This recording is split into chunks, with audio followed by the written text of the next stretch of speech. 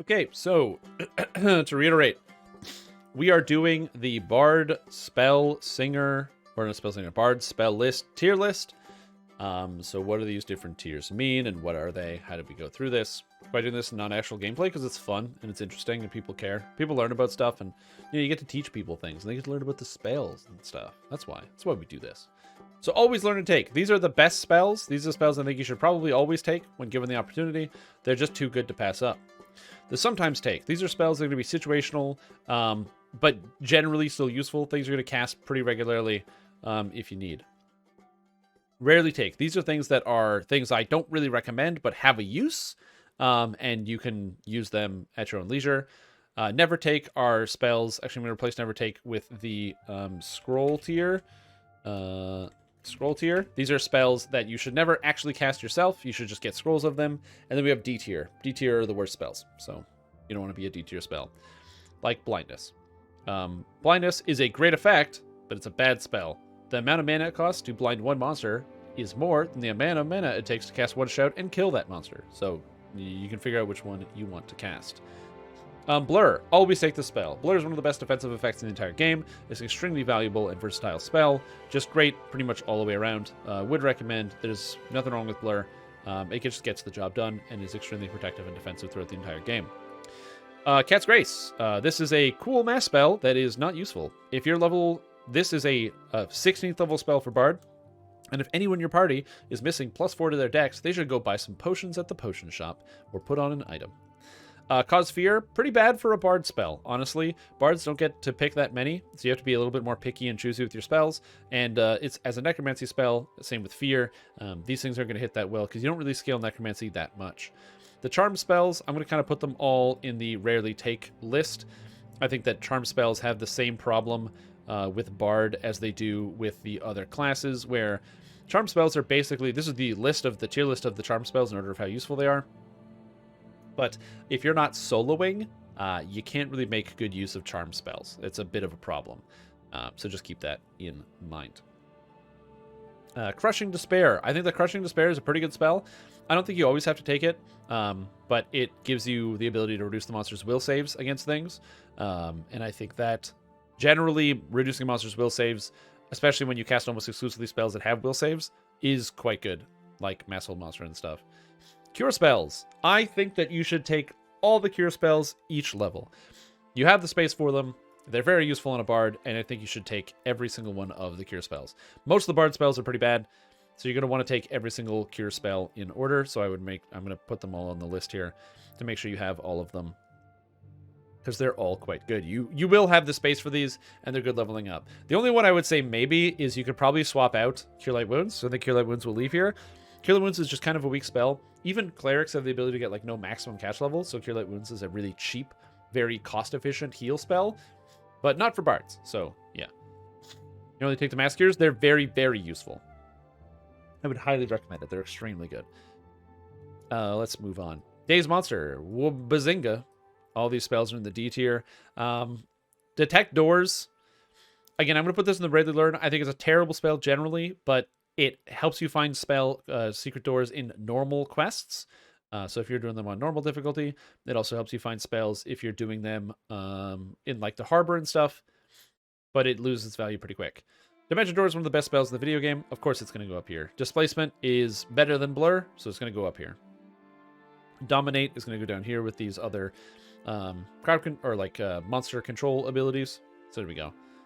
It's not a bad scroll spell. It is, because it actually scales off cash level. It's a pretty bad scroll spell, yeah.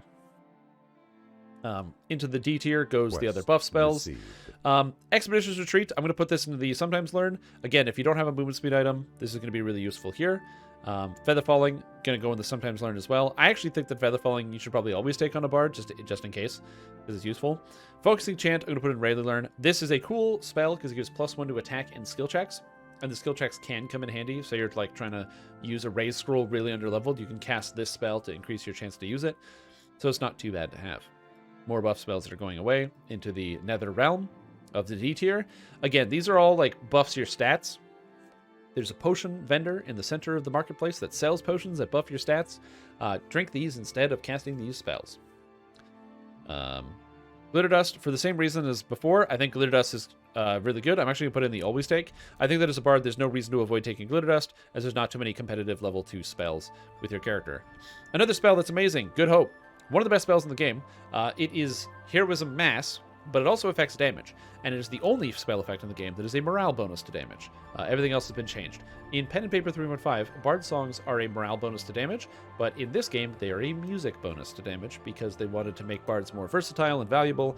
And since all the bard spells and song effects were all morale bonus, they were not stacking, so bards weren't as valuable because you could just replace most of what a bard does with a sorcerer or a wizard. But now you can't do that because they get all these unique spells.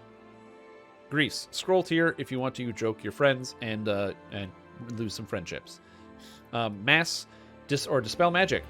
It's going to go up in the Always Take. You get a lot of 6th level spells, and there's not a lot of good ones, so Dispel or Greater Dispel Magic is extremely good. Greater Heroism. It's going to go in the same category. You always want to take Greater Heroism. It is exceedingly good, and I hope everyone out there decides to take that one. It's just super, super valuable. There's really no downside there. Greater Shout. Greater Shout is a sometimes take. I think if you're playing as a melee bard, a swashbuckler, a two-handed fighter bard, then maybe you take Greater Shout. But on a spell slinger, you're always taking it. I do think it's a fantastic spell, but you don't necessarily need to take it. Haste is going to be in the same category. Amazing spell. Do you need to take it? The interesting thing is Heal and also Wail the Banshee. You get these for free as a spell singer, so they will go in the top tier of the list. They're both incredible spells. Heal's the best heal in the game. Wail the Banshee is one of the best instant kills in the game. Getting them for free on a bard, pretty good. Hero's Feast. I put this up here into the sometimes take, if only because if you're playing as a spell singer, I think you have too many other spells you want to take instead of that. Like, I would rather have Mass Cure over Hero's Feast, because it's a better spell. I would rather have Greater Spell over Hero's Feast, so just keep that in mind. Heroism, D tier or Scroll tier, you can potion it. I wouldn't actually take the spell Greater or Heroism, because even though you get this as a 2nd level spell as a bard, you get Good Hope shortly after, which is insanely good. Now, Masterful Monster, hey look, it's the best crowd control spell, or one of the best crowd control spells in the game. So let's put this all the way at the top, shall we? It's extremely good. Excuse me, I just need to pull my nose, I don't know why.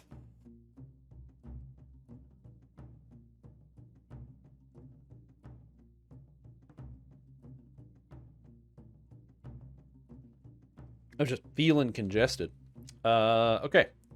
So now we have Hold Monster. Hold Monster is good. I would say sometimes take. Single target crowd control spells are really wishy-washy when you get AoE. So Hold Person's probably going to go in here. Actually, I'd probably put this on like the Rarely Take, and especially Hold Person is going to be on the Rarely Take. I think it's just not as valuable as the single target. In fact, I would put Hypnotic Pattern and Hypnosis above the single target crowd controls, because stopping a bunch of monsters is great. If everyone in the party is doing single target damage, then stopping all the monsters is good. If everybody in the party is doing AoE, then stopping all the monsters is good, because just in case one of the AoEs misses, you still leave people in the back. So it's fantastic. Good Hope is it doesn't stack with songs. Good Hope does stack with songs. That is incorrect. Eagle Splendor, D tier. I would say probably put into the Rarely Take category on a bard is Invisibility. You could, like, it fits really well. There's not a lot of other 2nd level spells. I mean, so you're taking one of these two, Invisibility or Suggestion, because they're both level 2 spells. So there's that. Scroll tier for Master's Touch. Bards generally will get all the spell proficiencies that, weapon proficiencies that they need. If you need a weapon proficiency and you don't have it, and you're not multi-classing, I wouldn't know how you would use Master's Touch. It's basically if you're trying to use a two-handed weapon before level 3 when you get the proficiencies. Let's see what else we got. We've got Mind Fog. I'm going to put Mind Fog in the sometimes take. Bards have almost all their crowd control as will-based, and so Mind Fog is good for prepping doors and things. I think that Auto's Irresistible is a very useful and versatile spell, but the short range really hinders it in comparison to some of these other spells, so I wouldn't always take this. And Auto's Resistible is a pretty good early game crowd control spell, so I'll put this down here. It's a level 1 for Bard, and I remember this actually being one of the better crowd control spells in the game. Early game, the problem is unless you have like the crowd control for it or the DCs, you're probably not going to get a lot of use out of it for like Reapers and stuff. And, well, Reapers be dangerous, so makes it a little bit more difficult to kind of use it at that point. because they have higher will saves. Let's take a look at this spell. This is Auto Sphere of Dancing. I think Auto Sphere of Dancing goes into the always take. I think on Bard, there's pretty much no excuse to avoid taking this one. Even if it has like a 1% chance, it's still useful to put down. And it goes in the 4th level spells where you have a lot of slots, so it's pretty good. I would also put Rage up here as well. I think that Rage is just kind of too good not to take. Remove Fear. I'm going to put this in the sometimes take. I think it's really, really good. I don't think you need to have it all the time. Because there are very few scenarios where you need to remove fear from people, because usually everyone has fear immunity, especially if you cast Greater Heroism on them or other situations. But it does come in handy sometimes, specifically during, I remember Hardcore 4, there was a champion that killed you if you didn't remove the fear effect, and so this was nice to have. There may be more things like that in future Hardcore leagues, or they might add a mechanic like that in the game. I don't know yet, so we'll keep that in mind.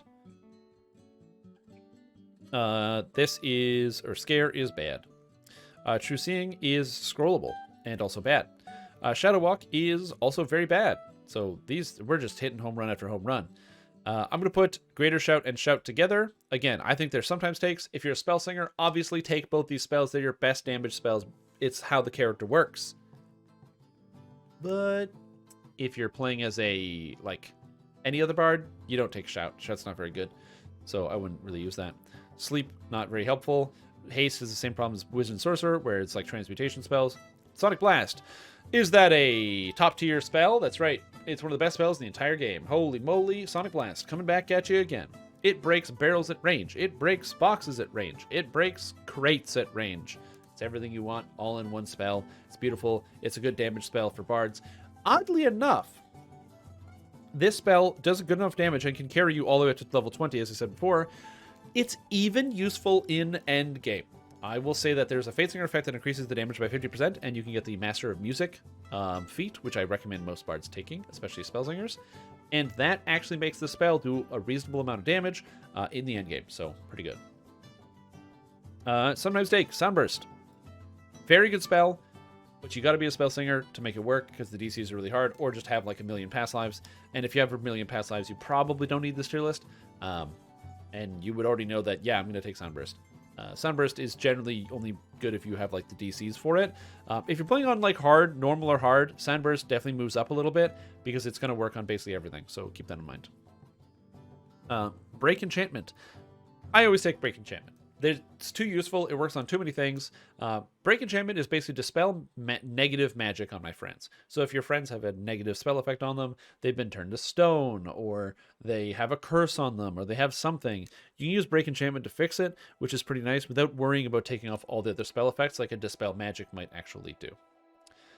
Dispel Magic is going to go with Greater.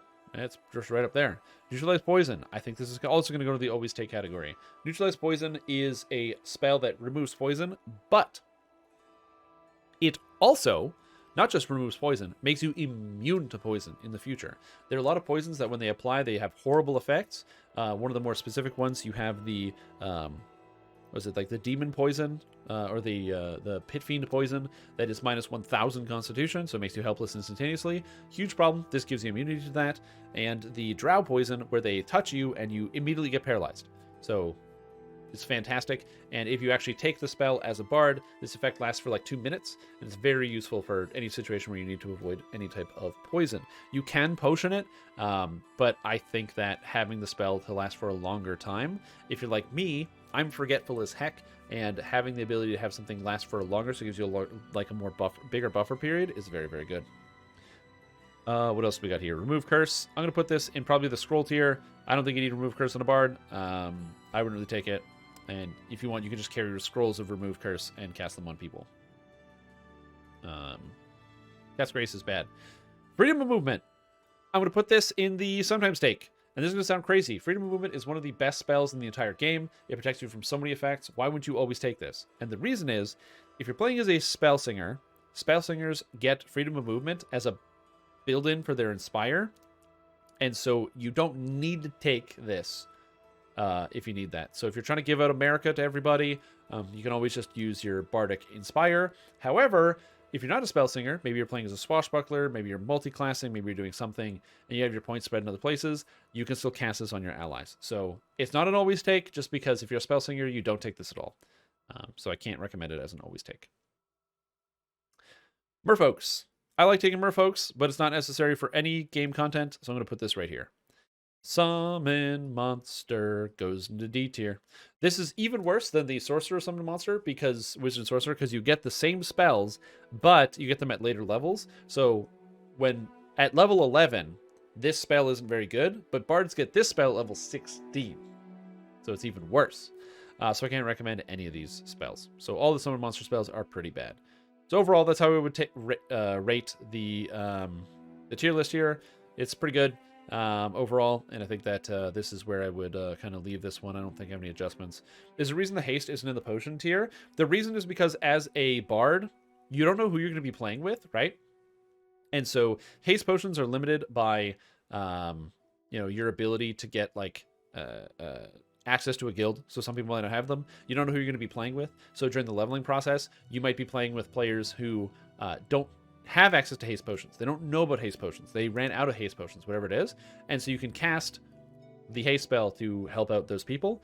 I think in general, it's usually worth it to consider taking on a bard because it has some value. Obviously at endgame, you would assume everybody is hasted. You would assume everybody has their swiftness, but you'd be surprised. I've been in raids at level 30 where you cast that haste and you watch people's attack speed go up because they don't have a swiftness effect on, they don't have a speed effect on, they have striding boots or something. So this does actually come in handy in different moments. Because remember, it's not haste for you, it's haste for everybody. So that is where that comes in. Link for the DDO builder? Yeah, it's exclamation point builder in chat. And it gives you 1% dodge, true. So there is that. So yeah, that's the bard spell tier list. I really want to change this. It makes sense to me. Seems good.